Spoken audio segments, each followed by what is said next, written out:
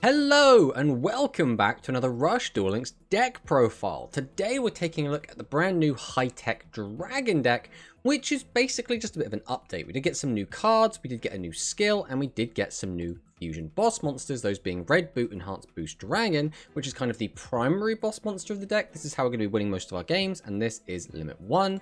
And then our other kind of backup boss monster is Blue Fang Enhanced Burst Dragon. This card is a lot weaker by comparison because basically Red Boost is going to be the way that we try to end the game. This is going to be the primary way we get damage in. This is going to be our finisher. Enhanced is more of a control tool. But first things first, let's talk about the skill, Supersonic Fusion Enhancement. So we can reveal a Blue Fang Burst Dragon or Red Boot Boost Dragon in our hand from turn 2 onwards. So this means our skill does nothing unless we already have a boss monster in our hand, and this is probably the biggest weakness of the deck. If we don't have a boss in hand, we don't really do anything. But I suppose you could say that kind of carries over to every deck, but this deck, again, just to get the skill to sort the deck out and do what we want to be able to do, we need to have that boss in hand. And all of the monsters in our deck have to be dragons, and the only level 7 and higher monsters have to be Blue Fang and Red Boot. So we can add a Booster Wyvern from deck or graveyard to hand, so that's pretty good. As long as we don't have 3 in our hand, that means this will always be live. Then you can send 1 card from your hand to the graveyard. If you do, you could also add 1 Dragon's Burst Fusion, Dragon's Boost Fusion, or Striping Wyvern from your deck to your hand, each card once per duel. Now notably, these have to be from deck to hand, so if these cards are already in the graveyard, you can't get those searches, which means if these spell cards end up in the graveyard, well, we can't get them back with the skill, we'll have to get them back some other way. But Burst Fusion is the weaker of these 3 cards. This card is still fine. It's a fusion spell that allows us to fuse dragons from the field. But if we do use Blue Fang, we can reduce the attack of one of our opponent's monsters by 15. Now that's not bad, but it's not easy to take advantage of that other than just getting 1500 extra damage in, because Blue Fang Burst Dragon is used as the material, which means it will no longer be on the field. Now, we can use our Blue Fang Enhanced Burst Dragon to sacrifice itself or another level 7. Most of the time it's just going to be itself, to bring back the Blue Fang Burst Dragon and then potentially use that effect to pop the opponent's board, but that is very niche and that does not come up very often. The other cards we get access to are extraordinarily strong though. Dragon's Boost Fusion is very, very powerful.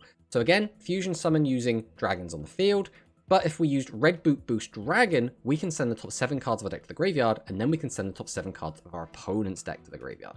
So that's very, very strong because of both of our boss monsters. So first things first, Red Boot, obviously, being able to send cards back from our graveyard to our deck, burn our opponent, gain attack, that's pretty good. Well, the fusion basically has the same effect, but better. So we can choose up to 9 monsters in the graveyards, which includes our opponent's graveyard, which is why milling them is so important. Inflict damage to your opponent equal to the number of chosen monsters times 200. So ideally, we're going to hit all 9 of those. We're going to empty our opponent's graveyard, maybe put some of our own cards back. It's very important that we put our own high-level monsters back into our deck so we can draw them out and turn our skill on again. Burn our opponent for 18. 18 is a lot, and then we'll gain 1800 attack as well, which is kind of insane. Puts us up to 4700, which is a ridiculous attack stat. So between that 1800 and going up to 4700, we have so much damage to just try and get in and try to OTK our opponent, which is what this deck does best. But the last card mentioned in the skill is also really strong, Striping Wyvern. This is a quite modern card compared to a lot of the other cards here.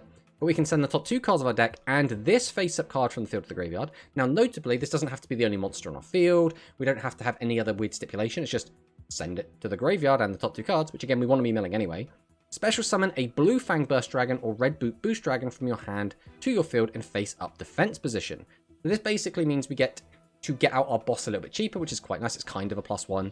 And then you can add a Dragon's Burst or Dragon's Boost Fusion from grave to hand, which is an actual straight-up +1. So this is kind of a +2, which is really, really good because it also sets up our graveyard. So one thing we can do is activate our skill. If we already have a Dragon's Burst or a Dragon's Boost in hand, we can send one of these to the graveyard, grab the Striping Wyvern, and then Striping Wyvern will just get back the card that we discarded, so we gain additional value, which is really, really strong.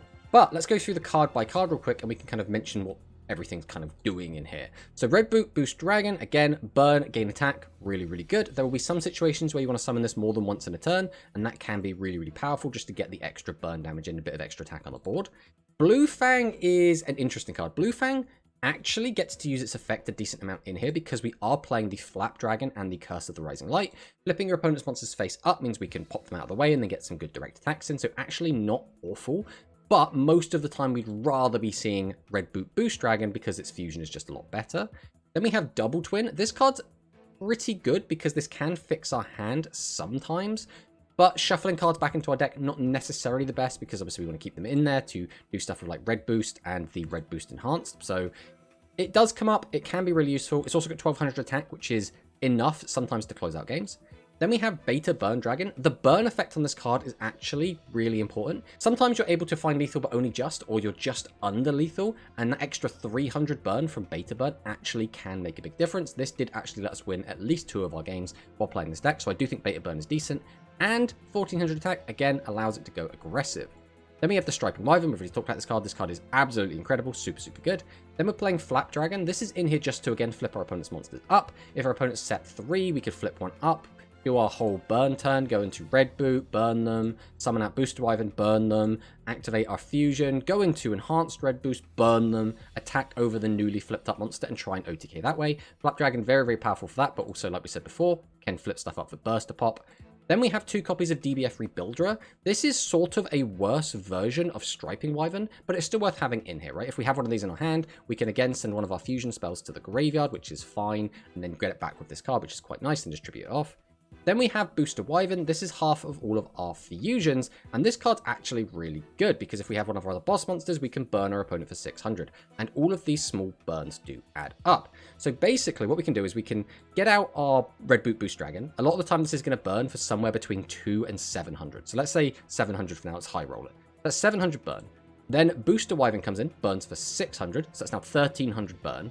Then we can fuse into our Enhanced Boost Dragon, milling ourselves for 7, milling our opponent for 7, and then we get to burn for another 18. So that's 3,100 burn damage before we've even gone to combat, and we now have a 4,700 attack monster, which is kind of nuts. So really, really powerful. That's generally how this deck tends to win, is we just do this one big burn turn, one big attack turn, and then we just win the game out of nowhere, and it's really, really powerful.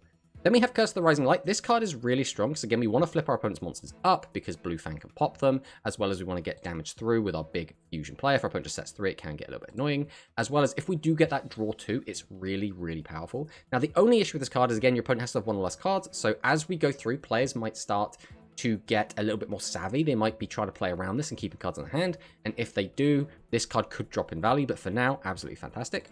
Then we're playing 2 copies of Dragon's Boost. This is because Dragon's Boost is really, really good, and we don't want to kind of pigeonhole ourselves into not having access to Wyvern or Rebuilder and not have access to this card, so we're playing 2, because I think this is the better of the 2.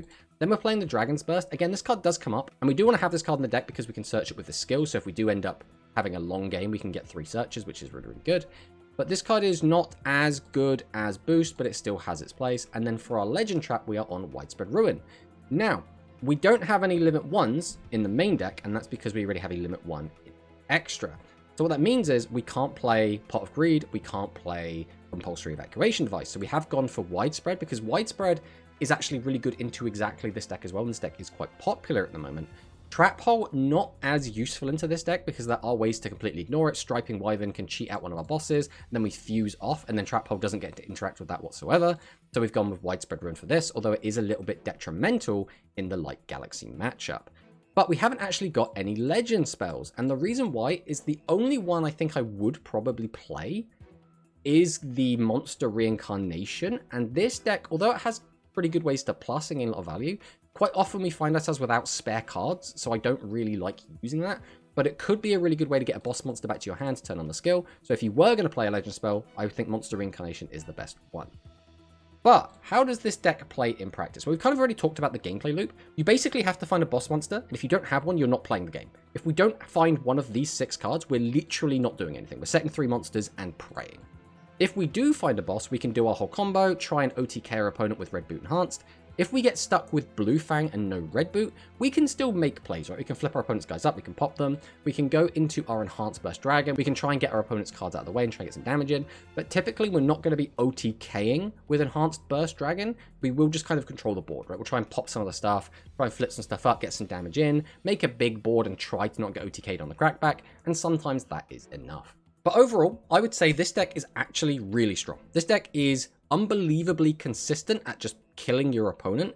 Again, all we have to do is find one of those 6 cards and we are basically good to go. If we don't find one of those bosses, we're not really playing the game. So it's a little bit awkward sometimes, but when the deck does get to play its game, it does it very, very well. And this is arguably one of the strongest decks in the game right now. I will say this isn't my favorite deck, and that's because the deck doesn't have a lot of like interesting decision points. You basically just play the exact same combo every single time and hope that it wins. Occasionally you'll run into like a legend trap when you're trying to like attack with your red boot and hearts boost dragon, and it will get stopped and you'll just lose the game. We could be playing back row hate to try and stop that, but I think you need a critical mass of monsters for the deck to behave as you want it to, so we haven't got that in here, but that could be an option as well. But overall, again, absolutely fantastic deck, really, really powerful. Not really my favorite deck, not really my playstyle, but very, very strong. So if you're looking to pick up a deck that's going to be really, really strong, can win games really, really fast, I would say this is the deck for you. But again, if you don't find a boss, it's going to be a bit tricky. But let's find the replays so I can show you what I've been talking about